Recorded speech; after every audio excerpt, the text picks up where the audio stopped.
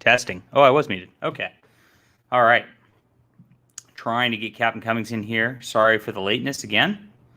For those who just joined us, just getting everything going. It's nice because now I actually got my whole like mic set up and everything, just like a fancy person. I'm a fancy YouTuber at this point.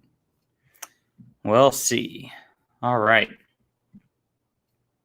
Is anything going on? What's up, people? Wait for some folk to show up. Wait for Captain Cummings to show up. See what goes down. Been a lot going on lately here on the channel, as you probably have seen. I've got a bunch of comic projects in the works, including a fantasy graphic novel, which will be probably launching in November. All things going well. Got Flying Sparks 4 done, and actually got the proof, the digital proof, back right now. So I can actually check that, make sure we're all right, and get that out to everybody digitally, and start getting a sample print copy and getting that going. I've got a, let's see, what else we got going on the comic front? There's Captain Cummings. Now I don't have to stall for time anymore. How you doing? Oh, hello. How are you guys? Not too bad. Went to the gym this morning and then had a bunch of work and, make comic books. The usual things.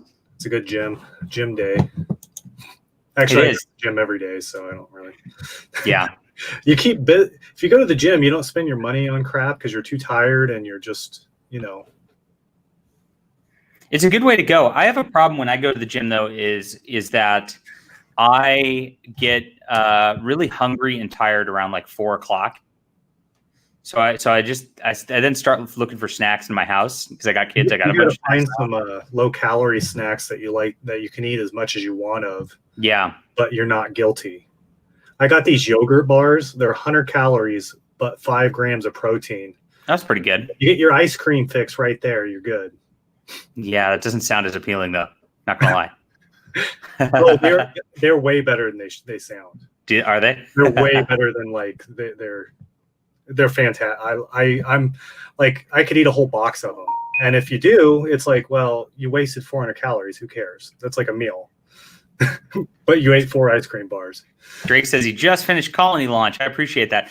So I think that means you're completely caught up on my Stars Entwined universe. So I hope you enjoyed that because I've really set up quite the epic world building thing to where I can actually run multiple series in the same universe, and that's the goal there. So cool.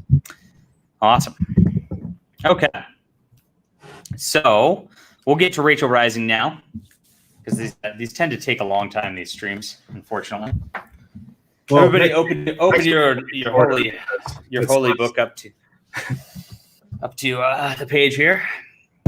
Oh yeah, next week we'll be doing this on Friday because I have homework. Yeah, we should mention that.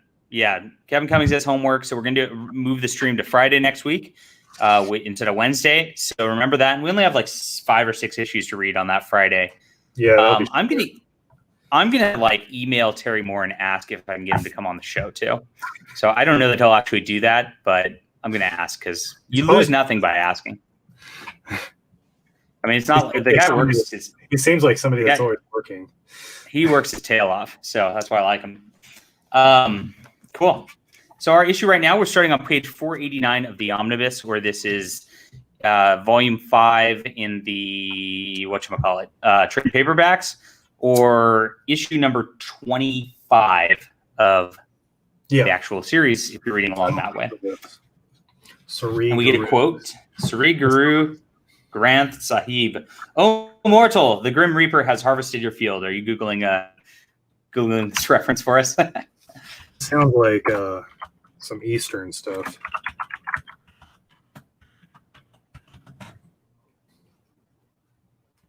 The religious scripture of schism. What? I have no idea what that is. Let me go to Wikipedia. Okay. Is the central religious scripture of schism. What the heck is schism? I don't know, man. Don't know what to do. Religion that originated in the Punjab region of Indian subculture. So it's like some like Hindu stuff or something. I don't know. I'm moving on. There you go. Moving on. Moving on. We are back into silent pages of strange things happening.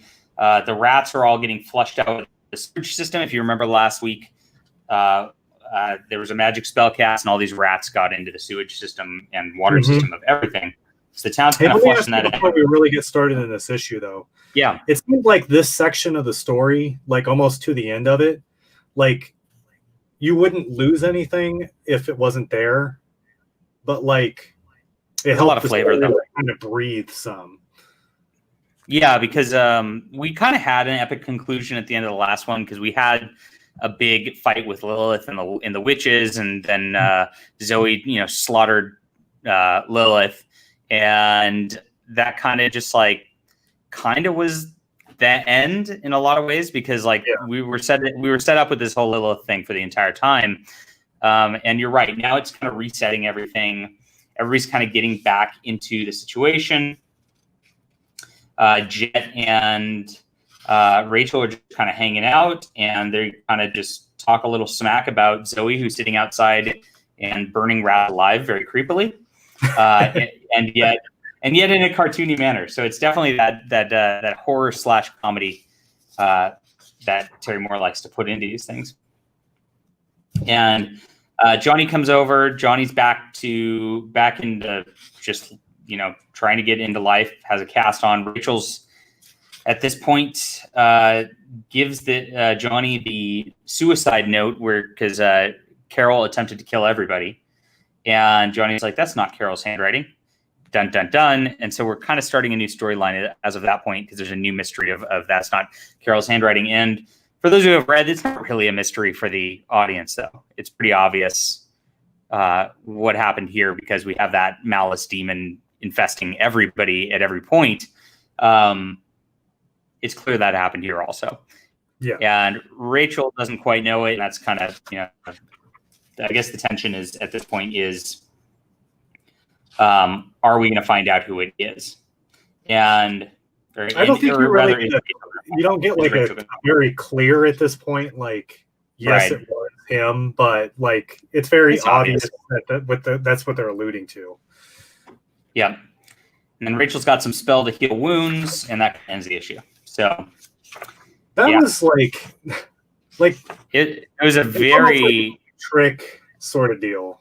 Like it works because it's magic and it's witches, but it's like you basically erased everything that was epic in the last, like pretty much the whole book. Like right. All this stuff happened and you just erased it and start over. Got to start over. So this is definitely like one of those like new jumping on point issues. As we kind of get into this second storyline here. Next quote, 1 is a tragedy, 1 million is a statistic, Joseph Stalin. That one's pretty self-explanatory. The greatest man alive. We kind of start to understand that there's going to be a big, nasty reckoning coming, just based on that quote. And it opens up into crows kind of flying and then picking and killing rats. So very much it's about to get crazy. Foreshadowing right there. And of course now Johnny's healed, and let's see. Zoe, somebody's like cut up her head, done like surgery on her brain. Yeah, there's something weird going down. Zoe's got the knife and kind of explains the knife to Rachel, and Rachel actually touches the knife. Here we get a little Jack the Ripper imagery. Then we get this spread page, which is neat. This is kind of a different page than it looks different than anything else in the entire book. This page right here, where we get like the knife and the history of the knife. You get some biblical. Yeah, it almost does look like a cover. And you got like Abraham, about to kill Isaac with it. It looks like you've got a bunch of other historical stuff. You've got Malice at the top left corner, kind of overlooking everything. And then Rachel's kind of holding it at the bottom and seeing all this stuff. and get some comedy moments after that between Rachel and Zoe.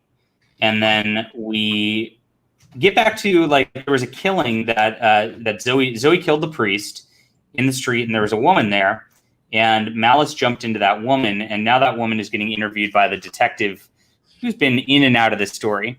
You would have thought, actually, at the beginning of this book, interestingly enough, that the detective would have had a much bigger role to play in this story. Like, he would have been like very front and central, because it seemed like it was going to be much about Rachel's murder, and then it just completely went a different direction, right? Yeah, just a reoccurring flat character that you see sometimes. Right, he's just kind of in the background. Kind of looks like you. He's just used mainly to like kind of tie everything together. Yeah.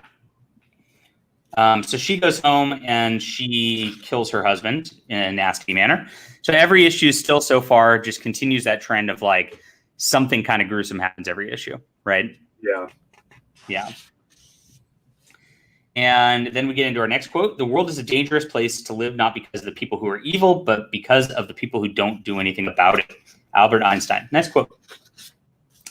And we get a cockroach pooping in coffee to start the... This is a very bizarre setup. Yeah, this is a very nice gag page. You get a little. You don't know what the first panel is even, and then you get drip drip splash, and then you see the cockroach pooping, and then Earl kind of just like looks at it and goes, "I think I won't drink that." So pretty good gag page right there. And then we get some tender character moments where Earl kind of confesses that he loves Jet to Johnny, or Johnny rather extracts it out of Earl. And obviously, Terry Moore wants to move that along at this point, which is good because, I mean, that setup where he was like, really interested in her was a really long time ago, and really it hasn't materialized. So it's been hanging in the air a long time. Well, yeah, because it almost seemed like it was going to, and then he got rejected, and now he's getting reassurance from what's seen as like the story's family. Right. This is,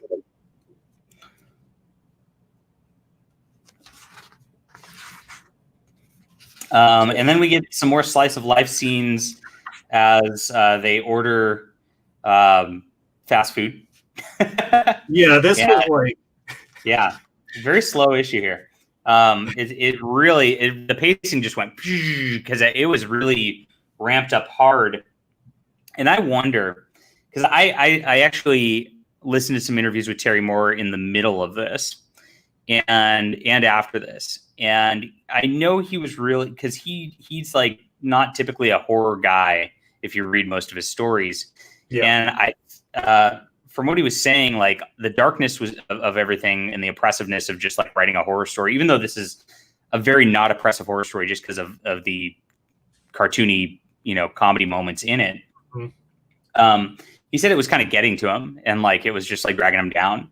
So I'm wondering if he backed off of the pace in the middle of this and changed things up like this a lot because he just like wanted out of that headspace, because it's a drastic turn in the tone of the series for the last couple issues, right? Yeah, I think most of the section that we're reading, most of it is pretty lighthearted jokes, and even like the stuff that's demented, it's done in a comedic way with the cartooning and stuff. Right. There's not a lot of like, evil forces are conspiring together at this point, right? It's backed off of that a lot. Get another scene with Jet. And there's a guy who at the beginning of this, another character who's like kind of disappeared for a long time. It's almost like he's checking in on all the characters too, right? It's like, hey, reminder, all these people. So there's a guy who hangs out at like Jet's garage or works there with her or something like that. And he's kind of a douchebag, right? And he makes a bunch of douchey jokes again, and Jet kind of hits back, and like there's a point where he's like, hey, I'm a normal human being and I have feelings too. And Jet kind of blinks and goes, oh yeah, I guess you're right. For this next section. So just a very bizarre thing here. And then we get a little glimpse of Zoe's life again. Now Zoe's this little girl who's a serial killer, as you recall, and somebody remembers her who's an adult, and he remembers being in her like preschool class with her or whatever it was, first through fifth grade. And she hasn't aged at all. And he's like, huh. And she slices him up, kills him. So got to have that gruesome moment. Kind of weird, because if I saw, somebody that was the same age, I would just assume that they were like the child of that person or something. Yeah, right. It's like 20 years later, your recollection of what somebody looked like is probably not exact, right? So that'd be interesting. And I don't know. She slaughters him mercilessly. This is a weird one because most of the people she's killed have been obviously overtly bad people. And this is one that's just real random. Yeah, she just kills this guy. So I don't know. I feel like you're desensitized almost to this point, because you've seen her kill so many people, and then we've comically seen her killing rats. Right. And it's almost like it's just regular every day at this point. Yeah, it's not. It's interesting how that's just not impactful now at this point in the story. Oh well. So I mean, we rolled through the first three issues pretty quick, and I think it is easy to roll through all this stuff. Next quote, and this is the forbidden truth, the unspeakable taboo that evil is not always repellent, but frequently attractive. That it has some power to make us not simply victims, as nature and accidents do, but active accomplices. This is by Joyce Carol Oates, who I am not familiar with. Also, what's our Google Flu say? An American writer. I thought she was an English writer, but she's an American writer. She's still writing today. Just came out with one called The Jerusalem Prize in 2019. Her first novel was Them in 1969, which was, what is this? Click on it. What is it about? The complex struggles of American life through three down on their luck characters. Okay, there you go. Cool. Sounds good. In this one, we see a wolf coming up on a little puppy. Very sad. And we get in word balloons or thought balloons or something, this whole like sort of backstory again, just like a rehash of Rachel's death. And she's on top of a building with Zoe. And Zoe kind of talks with her about it at this point. And Zoe almost falls off the roof. Rachel saves her. Yeah, this is why I always get very, I don't know about you, but I always get very edgy when people are like fucking around near the roofs. Yeah, I could never do that myself. It's just like, whoa. Just stop it. And then we go to like the large Samoan guy's house, who, again, it seems like we're just checking in on every side character that has existed in this, because he really has not done much at this point. I don't even remember if he does anything the entire series. We'll find out. I mean, he hasn't up to what we've read so far, but he kind of just sits there. Jet's got, I guess, this like, fling buddy guy, to put it nicely. And she's kind of looking for him. And I guess he's got a brother, and this Simone guy's like straight up killed him. So that's, and Jet just acts very casually about that. And they all act very casually about that. And then she kind of moves on. Very weird scene. Some of these scenes, like in this section, just are not resonating with me very well. Like the early stuff. It's interesting. I'm not sure what's going on. Yeah. We get to a Johnny Morgue scene where we find the dead guy who that woman killed, and Rachel now can touch dead people and, of course, kind of see their last moments. And Rachel sees the death, and Zoe starts to put a couple things together in her head, but she doesn't explain it to Rachel yet. Now, at the beginning of the issue, we had this like dog, and we had this off-screen like blood spurting, so we assumed that the wolf killed the dog, but it turns out that the small dog killed the wolf, and very, very bizarre. Very David and Goliath. Very David and Goliath, yeah. It's interesting. But again, just creepy, gruesome scene to end it after a ton of slice of life. So we've got 4 straight issues of that. very interesting. And then the more hidden the venom is, the more dangerous it is. Marguerite de Valois. However you pronounce that. I assume it's French. Thanks. Queen of Navarre. French princess. Oh, there you go. 15th or 14th century. Interesting quote. That is a very beautiful start. Again, it's a fairly silent, few pages here, but with the rain and Zoe kind of sitting in the rain, just very, just like tasteful, nice art. You know, I really like looking at it. It always makes everything more dramatic looking. It does. And then the woman who killed her husband shows up, and Zoe straight up says, "I'll get an abortion." You're kind of like, "What? What?" Well, if you read the story, you know exactly what. But if you haven't, you'd probably be like, "What?" And the woman tries to pretend at this point that she doesn't know what's going on. And what's happened so far in this story, and that's a very poignant line, especially after two pages of no dialogue, right? Boom. And Malice, this demon, claims that he's going to impregnate Zoe, and basically she's going to have the Antichrist, and Zoe's having no part of that. And she's making that clear. Malice is inhabited in this woman. And then, of course, she starts to go crazy and runs away. So finally something's starting to happen again, I'd say, like a little bit, right? Because that's Zoe's plot line starting to get bigger, and it's starting to amplify finally at this point after a bunch of slice of life. Rachel finally starts to then go and investigate her murder, which we're now 28 issues into this, and it almost feels like investigating the murder was a dropped plot line. And so I do feel like Terry Moore kind of is cognizant of this and kind of is looking back and going, "Oh, I better, all these characters had these things going on. I better move along some of these threads and tie a couple of them up," because it seems like that's what these issues are designed to do at this point. Well, and the little tidbit that he put in there about the lynching at the end, though, it was done so well. Yeah. A lot of people don't have that finesse. They would mess that up. Right. And I do get annoyed when I see stuff like that in comics a lot, but again, he just wrote it a little better than most people, to where you just care about the guy instead of trying to make some point out of it, which is nice.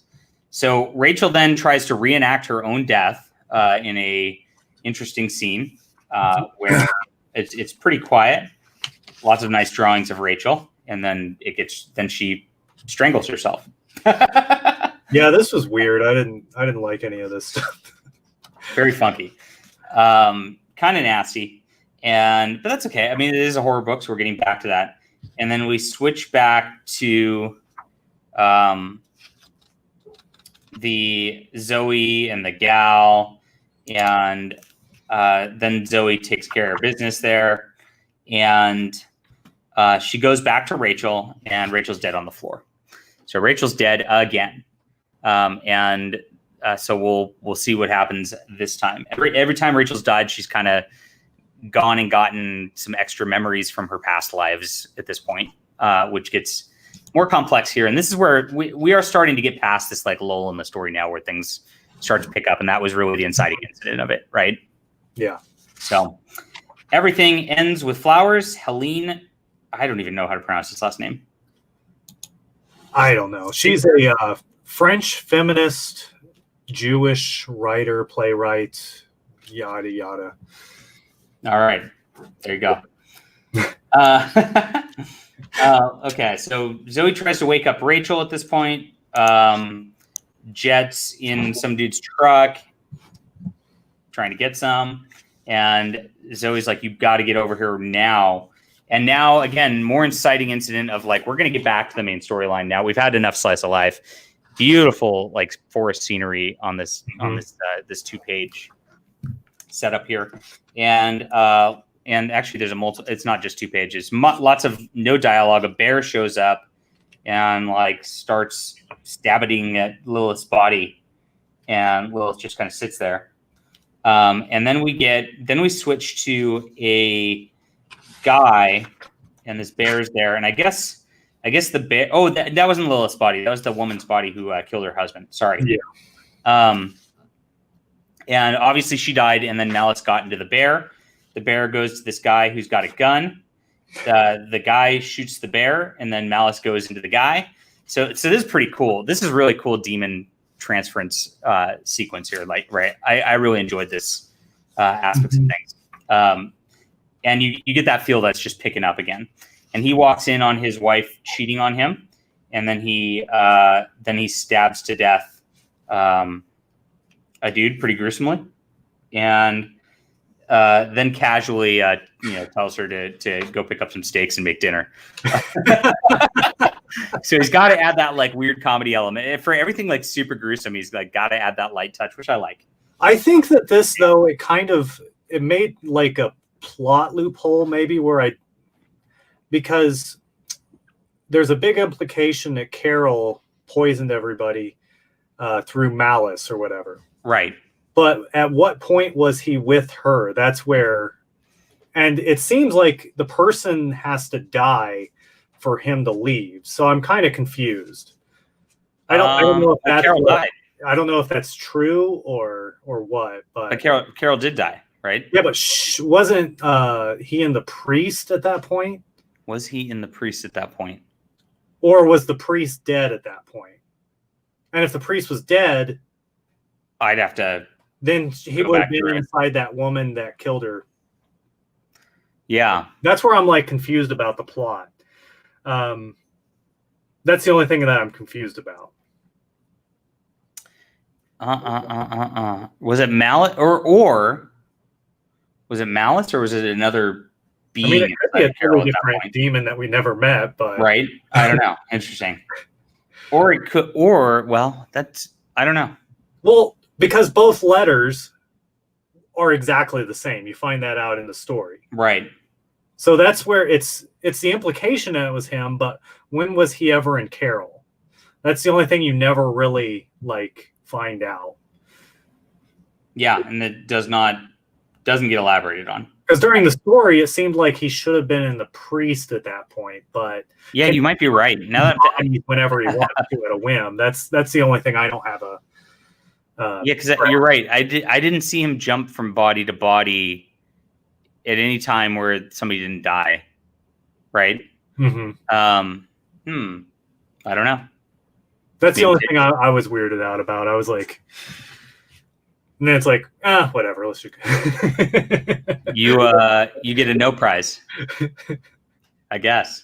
I do feel like this guy here though. I could use a couple steaks. Yeah, me too. Right now. So they try to wake Rachel up, and Rachel's actually like disembodied in front of her grave, and this like little girl talks to her, and that ends the issue to add to like the weirdness. And then the boundaries which divide life and death are at best shadowy and vague. Who shall say where one ends and the other begins? Edgar Allan Poe. And we start this one out with a investigation.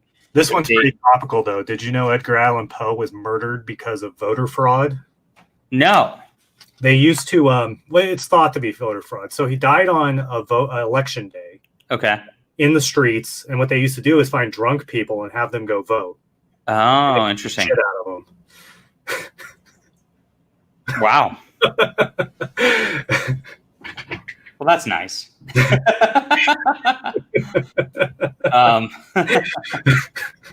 Remember that when you're drunk on election day. I know, right?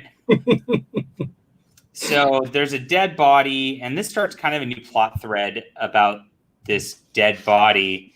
And the cops really aren't about to like figure things out very well. But it's actually Johnny who then figures things out, sees that there's a text message about things, and she died afraid. And then we see this little girl walking down the street by herself, and Rachel shows up there in her disembodied form. And apparently there's all these dead people at this house. And this is the house of this like writer So he's a famous writer, and he lives there part of the time out of the year. And then Rachel wakes up in her body, and I guess we're led to believe that he I guess killed her, was actually the one who physically did that. But we'll get more into that in a second. Yeah. And then Rachel wakes up. Really neat. I love these little things. So Terry Moore does this where it's like, she's in her like shirt and that's it. And that, it's how a girl sleeps and wakes up. And I'd say it's attractive, yet it's not lewd, and I really like that about his art right there. And then you kind of get a jump scare here, but it's also cool. Big time jump scare. And it's gone 5 years in the future. And I'm wondering, I still have not read 5 years. So I'm wondering if this ties into that. But Zoe's got the Antichrist in her. and then you get this like weird demon thing in her stomach, like an alien sort of thing to add to the horror element. And then Zoe pops up awake for real. And she's and you just see her there and talking with current Zoe. And at this point, let's see. Zoe wants to know about what's going on with this malice idea, and it's kind of getting a hint, and Rachel kind of doesn't tell her about it right now. And then Zoe presses her on it over the next couple pages. And what I like about this is, like, it's easy to just dump that info right away, and he could have. But the way that, like, Rachel kind of hid it from her and just kind of ignored it, went along with her day, and then got back to it because Zoe kept pressing her on it, is a more realistic, like, that's how conversations go with people. And that's a very nice, just nice way that Terry Moore does dialogue. And though it slows down the pace for maybe a couple pages here where he could have just spit that out, I just think it adds to the characters. Because this is a grown woman talking to what she perceives to be a child, even though this child is a 50-year-old woman that's a psychopath or whatever. Right. So, yeah, it's just a very nice character moment right there. Yeah, very cool. And then they kind of do little nice, tender friendship moments. And then Johnny discovers a finger in the dead woman's throat. This part was so weird. This whole plot piece. Got to add something creepy and weird in there, right? Yeah. So we're amping up the creep again, and some things going on. Next issue, we get a Nietzsche quote on this one. Is that right? Mm-hmm. Man is the cruelest animal, indeed. And dude kind of walks in on a dead woman in a bath, it looks like, but it's not shown. It's very, very Hitchcock horror done again. And Zoe and Rachel go on a drive, and we kind of learn the background of Malice, this evil archangel who, I guess the demon was originally an archangel who then got demonized. And while they're giving dialogue balloons about this, there's this dude on top of a water tower in the middle of the rain. And immediately, like, as soon as I saw him on top of the water tower in the middle of the rain, I'm like, that's not a good spot to be in the middle of the rain, because, like, you slip and you're effed, right? It's like basically Jay from Silent Bob. It does look like Jay from Silent Bob also. So snoochy boochies. He does not say that. You know that. And he plummets to his death. And that's what happens when you're on a water tower. I wouldn't do that in the middle of the rain. So there you go. There's your life lesson for the book. We get some moments with Johnny, and then Rachel touches the dead woman's body, and you wonder what the water tower is, and Terry Moore answers the question in this issue here, that he was like in the car with her. She was saying she got pregnant. He kind of freaked out, and then she went absolutely ballistic on him. And she says she's pregnant and all that, and like you think he's gonna be the bad guy at first, but she goes so crazy. And her dialogue balloon boxes are black with white lettering, and usually that's the case, it's the demon. Mm-hmm. So some more deaths there, and then we get a little more conversation about Malice's background at that point to close it out. So it implies that I guess the demon was in that in her at that point to cause it. Of all things upon the earth that bleed and grow, a herb most bruised is a woman. Euripides. He's a. I looked this one up last night. Ancient playwright, Greek playwright. Yeah. It wasn't the one that wrote about not Aristotle, Socrates, though, because I was wondering that. Okay. Interesting. That's like basically that person's name is like Aristotle or something weird. Those ancient Greek names. And we open with some beautiful forest scenes again. I mean, Terry Moore could just do these like Bob Ross like landscape paintings and just talk about how nice the leaves are. On a nice fall day, you feel the leaves falling and the sunlight descending in the background for a nice sunset. Just really peaceful. And then, oh my gosh, a woman's coming out of the ground. And lots of weird over the next. So again, just like 4 pages of zero dialogue again to just go through this.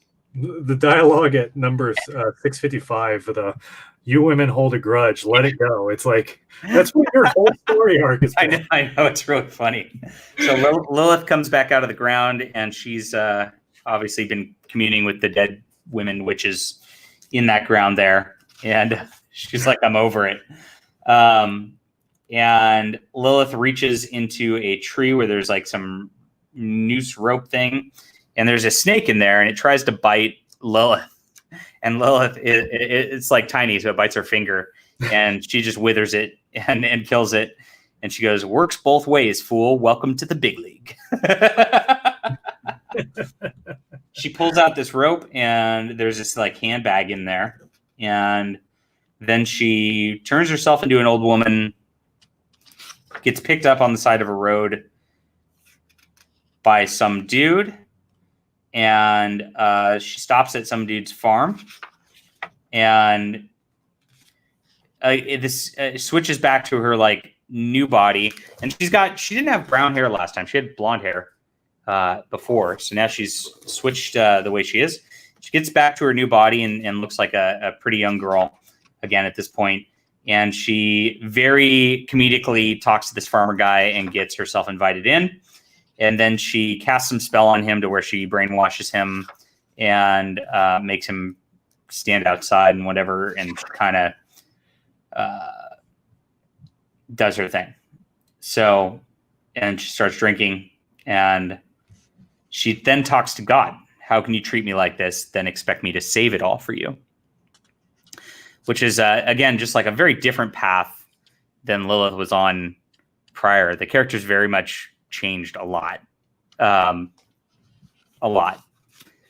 So maybe death and resurrection will do that to you. A rebirth, as it may be. I don't know. Because she got cut in half. Yeah. I don't know if it's a resurrection, but I don't know how it worked. But yeah, it's very, very odd at this point. All right. So when you gaze long into an abyss, the abyss also gazes into you. Dum dum dum. For the next issue. Another Nietzsche quote. Another Nietzsche quote. Must have been reading a Nietzsche book at this point. So Rachel hangs out in front of this house now, and there's this gardener there, and then she starts asking about the person who lives there's whereabouts, who again is this author guy who we haven't seen till this point. And he leaves for part of the winter, but he would have been there when she died, turns out. All right. Lilith talks to herself in a mirror, grabs this locket, says, "You need to listen to me this time," and then heads off. And now we get in the field. The guy. Yeah. So she forced the farmer to stand in the field, and she was like, "Just stand here till I tell you not to." And he just stands there, and it's so pretty funny and gruesome. And then we get like the uber payoff. Like this was probably my favorite part of everything we read through this. And I knew it was coming because I've already read this, but this is a long time between like the issue elements with Earl and Jet, and they just hang out. He brings her lunch like a nice guy. He just sits there. Jet kind of just is like, look, you like me. It's obvious. And Jet then like, lists her faults and says, last chance to back out. And then he's like, I'm not backing out. And super cute romantic moment again. And then it's not obvious how it's going to go because there's a few panels where they don't really confirm it. This is really nicely done, like tension from the character level, right? It's not really that tense, but in a good way, gives you the feels. And then at the end of it, Jet just says, I'm dating a romantic. So you know that, okay, she's gonna give him his due at this point. So all's well that ends well for Earl, the only nice guy in the story. So there you go. I love that. That's good romance right there. Let's see. There's a truck at Rachel's house, and Lilith is there inside, and Lilith drops a bombshell on the last panel saying, Rachel and I were sisters. Dun, dun, dun. And, that's kind of contradictory to the plot line from the witches in the 1600s, where Rachel kind of learned last go around of this. But it actually gets explained very nicely in the next issue on 694 and 695, before I get into the quote on that. Terry Moore does this montage of old panels from there, just to remind the reader, I did actually set this up, but this didn't just come out of nowhere. And so it is all in there, and you see the issues where that happened and where that and where it was being telegraphed a little. There's a lot more than meets the eye at this point. And I guess you kind of knew that Rachel wasn't just like born the witch at that point, because there was enough that was given that it seemed like there should have been something else going on. So good on him for this. I think this is the last issue, is it? Or do we have two more issues? I think we got a couple more. We got two more. Okay. One day it thundered and lightened. Two women, fairly frightened, sank to their knees, transformed, transfixed at the feet of the man who sat betwixt. And mercy, cried each, if I tell the truth of passage in my youth. Robert Browning. He's a 1800 English poet and playwright, which feels right for the old timey feel of all this. And we get a big info dump reveal about Rachel and Lilith, and Rachel then goes into this flashback panel sequence, as I mentioned, where he's not subtle about that. He's like, hey readers, you read this. Kind of nice. And Rachel doesn't really want this to be the case. We get some nice background about Rachel from, I guess, the Byzantine Empire era when she was a person. And that was pretty neat. I like that a lot. I thought that was very nice art throughout all that too. And Rachel then wakes up and remembers everything, and that she is Lilith's sister. So the big plot line through all of this now has been revealed that Lilith is like the original woman. And is that revealed in this issue, or is it revealed in the next issue too? I think it's the next issue, but the big reveal. Basically, we find out that they're like the yin and the yang, or whatever. Yeah, these issues kind of combine.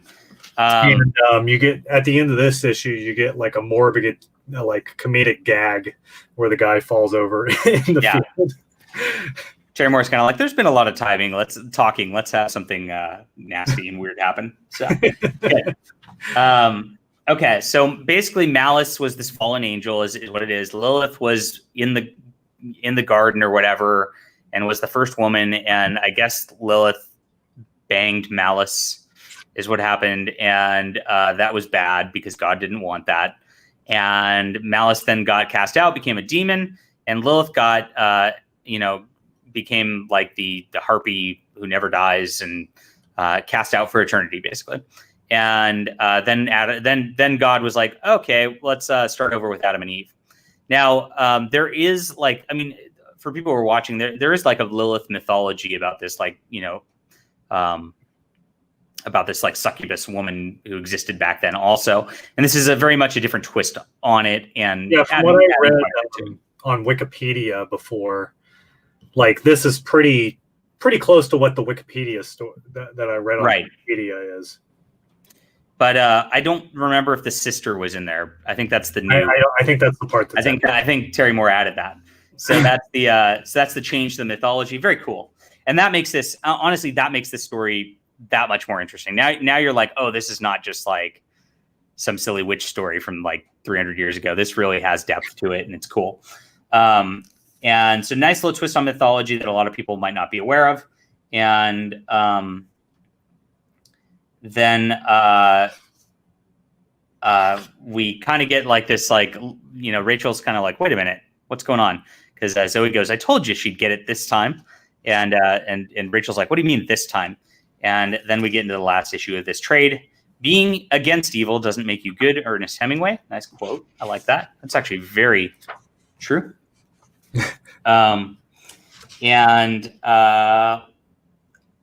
Let's see. These old lady neighbors see. It opens with them as a comedic kind of moment. These two sisters, old ladies, who are like, "What's going on over there? It looks like they're arguing." And a nice little slice of life deal as they're watching Lilith and Rachel really go at it. I really love the panel at the bottom of 713. Rachel has like the most silly, angry, cartoony face right here. It just makes me laugh. Well, and look at Lilith on the left. Oh yeah. This really turns into like a very comedic story here, because you got these two sisters that are arguing now that they I don't know how to describe it exactly. Now that Rachel knows the truth about who they are, she's been awakened or whatever too. And you get a nice comedic moment on the next page too, where Rachel's just blathering, and Zoe just goes, "Is this what she's really like? Put her back to sleep, please." So yeah, this is a nice payoff. I mean, so maybe this was a slow-paced section of the story, but I feel like it's really paying off really well character-wise right here. Which made it very much worth it. And actually the slow pacing and just like the amount of just like little just makes this section that much more impactful, because you do know these characters, right? Some of those issues out and made this come quicker, but I think that it allowed this story to kind of set up better, because now you have 5 issues after this and then you're done.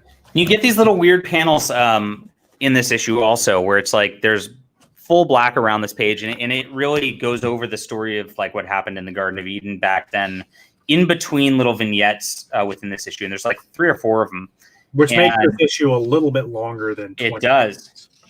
And those really change, it really adds to the gravitas of this issue a lot because of that. So you get to see that. And you get a beautiful scene with Jet and Earl just developing the romance again. And then we go back, and then it turns out Lilith's like, hey, Malice wants to destroy the world and bring about Armageddon, so we're going to stop him, is what we're going to do. And we see that. And and of course we learn that Lilith kind of drove the person who I guess is that author guy to kill Rachel is kind of how this all started. And she tries to kill Rachel in order to wake up her old memories is the reason she did it. So very interesting right there. And so now they're going to attempt to kill Malice together, and I guess they're going to team up. So Rachel defeated Lilith. Lilith comes back, and it turns there was more there than meets the eye. And actually Lilith is going to try to stop the actual evil, which is Malice, who's far worse than Lilith is, as far as things go. Now it's interesting. now it is very clear, and to the Hemingway quote at the beginning of this, where it says, just because you're fighting evil or whatever doesn't make you good. I mean, Lilith's motivations here are entirely selfish. She really is hoping to just get back under God's graces so she doesn't have to like walk the earth as this like undying creature forever, right? Do you think she's read the Gospels? I don't think she's read the Gospels. I think She was probably angry and hasn't gotten around to it. Yeah, maybe at some point she will confess Jesus is the Christ and that God raised him for the dead for the forgiveness of her sins. But I mean, for now she's not really admitting that. And then we get this like 2 pages at the end of this. Like we get these 2 pages of this guy like on vacation in like Hawaii or something, and he looks at the laptop, sees Rachel, like I guess it's his security feed or something like that, and then he just kind of like panics from Hawaii. And then we go back to the girls at the end, and which one says she? I guess it's Lilith says Zoe. Zoe's got the plan. Oh yeah, Zoe's okay. Which is a theme in this issue. At one point, Lucifer has a plan, or maybe that's right. Lucifer secretly jealous. Okay, so Lucifer has a plan. I think at one point they said God had a plan. Right. And so like the plan is like a theme throughout this whole issue and probably for the next part of the story. Definitely. So Zoe's got a plan, and then we get a page of just stars, and we kind of get that Bethlehem, Jerusalem, bright star in the sky shining vibe of this to add to the religious mythological elements of it. So very cool. And that's where it stops. And I think we've got 6 issues to go, so it's going to wrap up really quick. Next week's going to be a pretty action-packed ending, which is going to go forward and be pretty interesting. So we got through this a little faster this time, and the reason is because like it is a slower paced, not as much going on through a lot of this. It's all like basically slice of life, like you're getting more just quirky character development instead of like story progression. Really. Right. But it's cool. And the art remains consistently the same. The thing is, you also run out of art things to talk about because his art's consistent. Like, I mean, he's done this for a very long time, and there's no bad panels. There's no bad, and he's just like a consummate professional across it. So once you've already kind of discussed the artistic elements of it, like you don't have much to say by volume 3 or whatever, right? So it's the same. He's doing the same technique throughout the whole thing. Correct. Yeah. Even the way that the story is laid out issue to issue, as we mentioned, it's like here's 4 pages of no text, followed by like slice of life, followed by this, followed by like a creepy moment where somebody dies, right? And a lot of the issues lay out in that manner very consistently also. So definitely, and consistency. Like if you look at this, like consistency, you can poo-poo that and say, oh, he's just copying himself or whatever. But that's not a bad thing. Consistency is the hallmark of like a consummate professional, right? That's what I take out of consistency. You kind of know what to expect, and yet at the same time there will be enough of a twist or a hook that gets you excited to read to the next page, and that is what a professional comic should look like, right? Yeah. Well, I mean, when you take everything that he's done, he has this well-developed story. And he's using the consistency to move through the story. Right. Like you shouldn't reinvent the wheel every single time. No. Go with what you're going with and get to the end of it. Yeah, I agree. So good stuff. And I'm excited to finish this off next week. I enjoyed, I'm talking like we're over, but I've enjoyed this process so far. I'd like to probably do something like this again. In terms of picking an omnibus and doing it or something like that. So, yeah. Especially because this one reads so fast. Yeah. I know. I don't want one that reads slow. I can tell you that. Like, you read some like Silver Age. Right. You're like 3,000 word balloons on each panel. We can do Heroes Reborn. I don't have that one, but you don't want that. You don't want that one. The one where the image people took over for like I heard that like some of them weren't bad, but Some of them are bad, but there's also no point to it because they all quit after like 6 issues. So it's like they're they just had it's so bad because the Image guys had such an opportunity, and the problem is they didn't stick to working. They like made all that money and then they're like, whatever. Yeah. So when Marvel gives the Image guys their books again, what did they expect? That's exactly what they got. So I mean, if they didn't care about their own characters, why would they care about Marvel's again? Right. It's sad. But yeah, I mean, the entire 90s was really sad in terms of comics. And that's a big takeaway that a lot of people still don't want to admit. But that's what we got. Well, the 80s, the 80s kind of blossomed a lot of that stuff. And then the 90s was like adding cocaine to it. Yes. Or PCP, right? More PCP. just put it down. Cool. Okay. All right. That's all I've got for this time. So I don't know. That's I'm excited to finish this up. And I don't know what I'm going to read next after this. Like, I don't know. I obviously do my like daily reviews of things, which I just like plow through something. Yeah. But I don't know what I'm going to read after this. I need to. What I want to do is I have. So I'm a collector in a really annoying sense. But my Strangers in Paradise box set by Terry Moore here, if we're talking Terry Moore, is soft cover, and I want the hardcovers because I got Echo in soft cover. I do too. I'm gonna get Strangers in Paradise also because I haven't read that. But you want to buy my soft covers, and then I will buy a hardcover, and I'll give it to you at a discount. Well, yeah. That way I can buy. That way I'll wait for you to find the hardcover. Oh, they're available, readily available. Well, we should talk about this offline, but but no, if seriously, I will give you like a discount on the soft covers, and then I will mail them to you, and then I'll buy the hardcovers because I want the hardcovers because it bothers me. Does that bother you about books though? Do you have the same? I do like hardcovers, but like his stuff? I feel like if you don't buy it when it comes out, you're spending a lot of money then.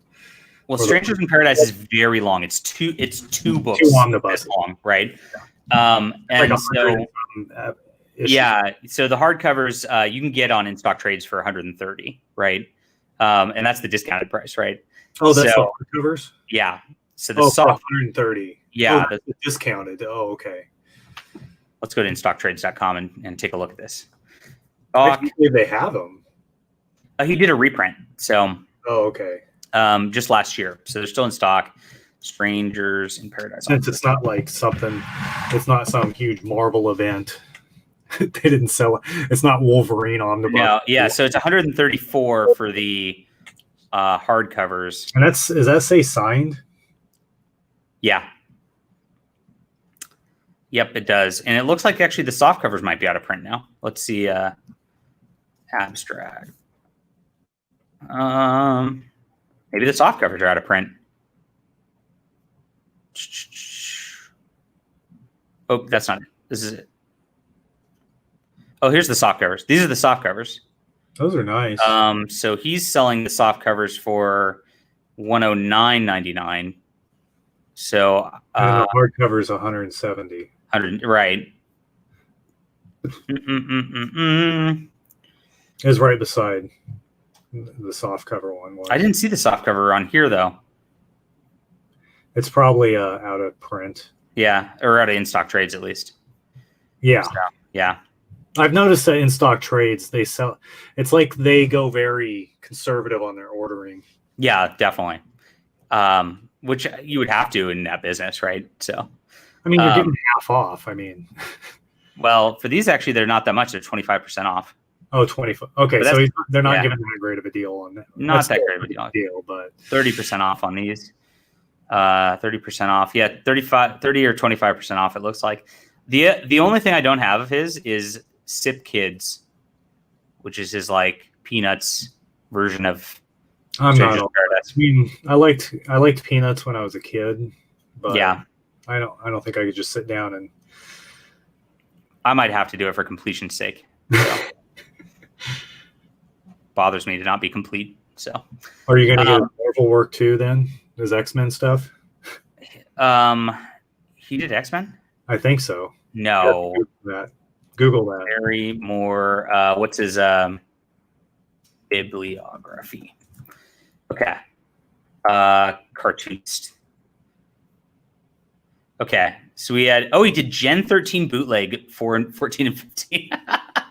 He did, this is what happened. He did a couple issues of things here and there. Lady Supreme, I don't even know what that is.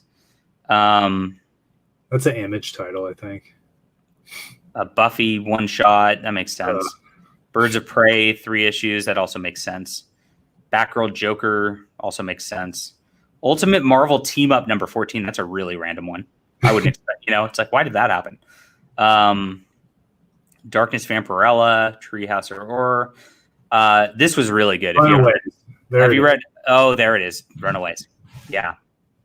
Yeah, I'd read that Runaways. I didn't even know he did that, to be honest. So, I really liked Spider-Man Loves Mary Jane. I don't know if you've read that. I haven't read it, but I hear people like it. Yeah. He did an issue of Fables. I didn't know that either. So I thought he did X-Men, but it must have been Runaways, which is basically X-Men. Yeah. Now there was so Runaways was done by Brian K. Vaughan originally, and somebody else. And I don't remember who somebody else was. But this is the volume 3. Yeah, I never even knew that came out. So there you go. All right. Yeah, I guess I'll try to pick that up. Told you. I don't know that I'll pick up like Buffy one shots or Gen 13 bootlegs though. I mean, one shot. I mean, what I can do though, because I love to do those custom bound on. I just turned in my order. All the random garbage. What I can do is Terry Moore rarities, and I'll make my own omnibus of all of these. Negative Burn number 13. Negative, yeah. But the thing is, like, Google what that is. I don't even. Do I want Negative Burn number 13? Like, what is this?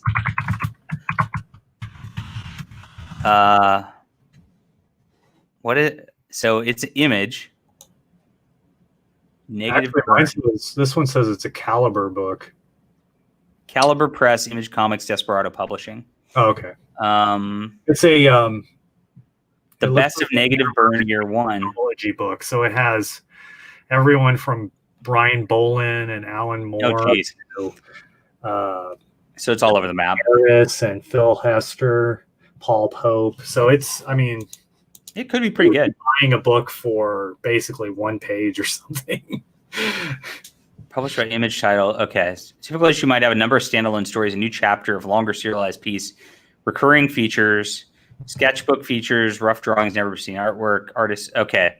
So, So Terry Moore was featured in the sketchbook section. So that probably wasn't even a full story. Yeah.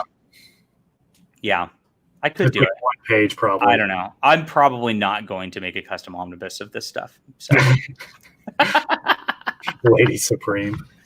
I sent in 5 deals for custom omnibus. So I'm going to do the Marvel Comics Universe 2, the future Marvel universe that was the Spider-Girl universe. I did all of the non-Spider-Girl stories, which there was, over 100 issues of. And believe it or not, I don't know how it got that far. So I'm putting those into 3 hardcover volumes.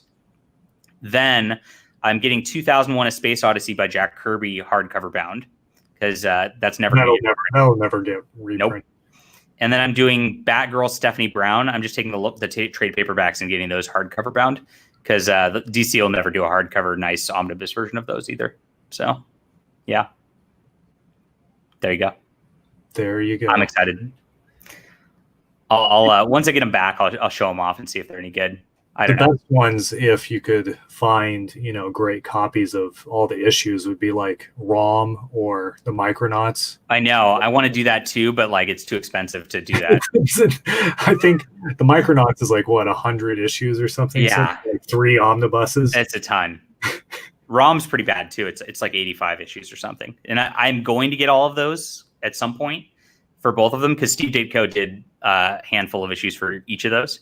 But that's later on the list. Remember who's the guy that did Micronauts, and he was like really good writer, but he got in like an accident, and now I think he might still be alive. Bill Mantlo. Yeah, his brother has to take care of him. Yeah, and it's very sad. Bill Mantlo was one of the better, more inspirational writers out there, and just like, yeah, 80s guy all of a sudden off the map because he's like being fed from a tube or something. I don't know. Like, yeah. Oh yeah. It's that bad. It's sad. So, all right. On that note, I think we'll end the stream. I'm getting tons of work calls, so I got to get going. And appreciate your time. Thanks for coming, Captain Cummings. Thank you everybody for showing up and reading the book Rachel Rising with us. This is great stuff. I'm super stoked. And hope you guys have been enjoying this also. We'll be back soon. I think I'm going to stream tomorrow with April Freeman, if you guys remember her. She's got like a kid's book out with illustrations, so I want to try to highlight her project and see what she's up to. So, and we'll be back next Friday. Next Friday, yes, to conclude this awesome story. We'll see you guys.